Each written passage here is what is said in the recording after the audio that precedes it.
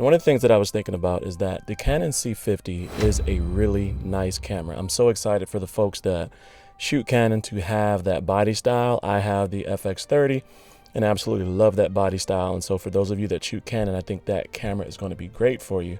Now, I wanted to talk about the Canon C50 versus what I'm shooting on right now, which is the Blackmagic Cinema 6K.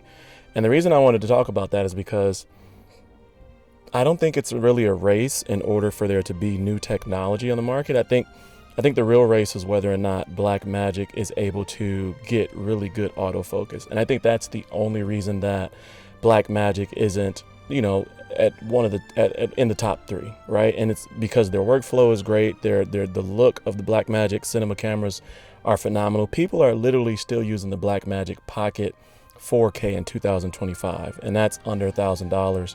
We'll talk about price on this camera, the 6K L-mount full frame, and we'll talk about the price of the C50 here in a second. So I just want to go over like what's the top 5 specs for the C50, what's the top 5 specs for the Blackmagic Cinema 6K. And shout out to Adorama. I am shooting this on the 18mm DZO Vespid 2 Cine lens, and I have the full kit. I'm going to be doing a bunch of videos on this just so you can kind of see what they're capable of. But while I'm sitting here waiting for my kid to finish his basketball training, I figured I'd get a video out the way. So top 5 specs for the Canon EOS C50. It's 7K full frame, or I don't even know if it's down sample, but it's an open gate 3x2 sensor, and it's a new sensor. And based on some of the videos that I saw today, some of the footage looks really good, and some of the footage is like, I still don't think it's better than the FX3, and that could be because of 32 megapixels versus 12 megapixels, etc. for a video-centric camera. But that one's a hybrid camera as well, which is interesting because they're calling it a cinema camera, and people aren't jumping on them for it. But again, I'm super excited about that, so I didn't mean that as like a negative comment. From there, dual base ISO at 800 and 6400 and Canon Log 2. Another thing is that it's only open gate for 7K, so I really won't touch that today because I haven't touched the camera, and whether or not that means anything to you, it may not. High frame rate, raw recording, it's 7K up to 60 frames per second, which is freaking dope. It says 4K up to 120 frames per second. I heard in the past that there is a slight crop, like during the rumor mill and things like that. They didn't talk about that today, but there's also a crop on the R50, and they don't talk about the crop on 4K 60 on that in Canon's, you know, actual media that's out there. So I don't know if it is or not. We'll see once it gets in the hands of the reviewers. No one mentioned that today, but it was kind of like an embargo day, so we haven't seen like that objective type review yet.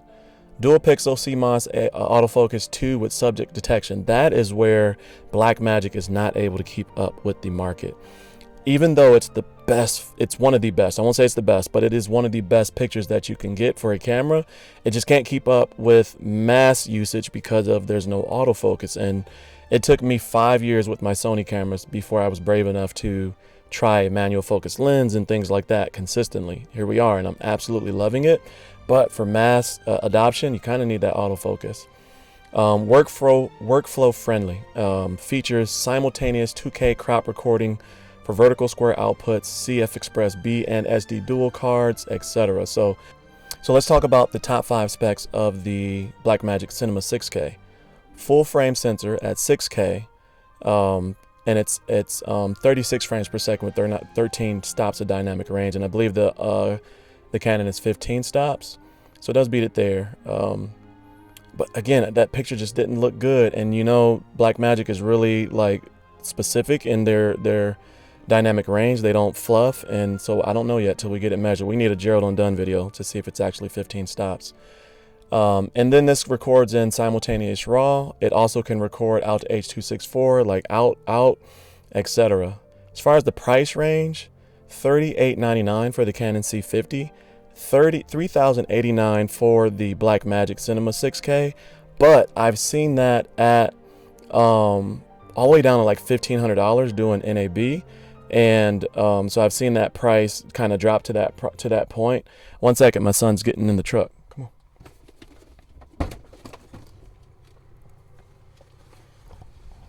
So I've seen that price all the way down to $1,500 at NAB or B&H when they did the sale recently. So we'll see. You know, how that kind of pans out. Mine, it's consistently around $2,800, so we'll see. But how are they similar? So they're both full frame sensors and open gate capable. One is 7K, and it's only open gate in the 7K, whereas in the Blackmagic, it's open gate all the way through. And so there's that. Dual ISO design. So the C50 is 800 6400, and the Blackmagic is 400 and 3200. Now it is different because the way that Blackmagic does their dual ISO is different than kind of like Sony, right, where it's right on the numbers. Blackmagic kind of has a range. High frame rate recording, whereas this is where the C50 definitely beats it with 7K 60, whereas the Blackmagic does 6K 36. Professional audio, I think Blackmagic has it beat internally because it has the 2 XLR inputs, the mini XLR inputs, whereas the C50 you have to have kind of like the handle. And again, this isn't a deep dive because I haven't actually touched it, so I don't actually know exactly what that looks like, and I didn't even watch a bunch of videos. I'm just kind of going off of the specs, right? Workflow and proxy features. Each camera records RAW.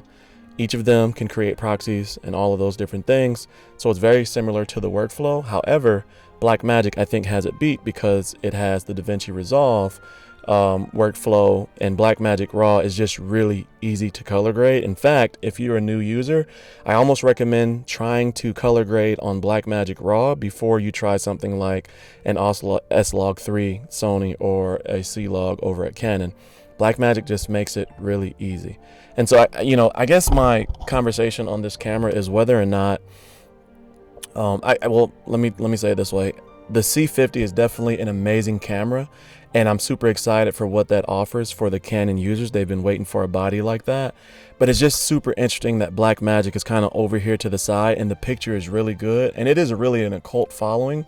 And when I started using my Blackmagic cameras, the Pixel 6K and the Cinema 6K, I definitely understand. Like this is my favorite look. It's my favorite workflow from start to finish.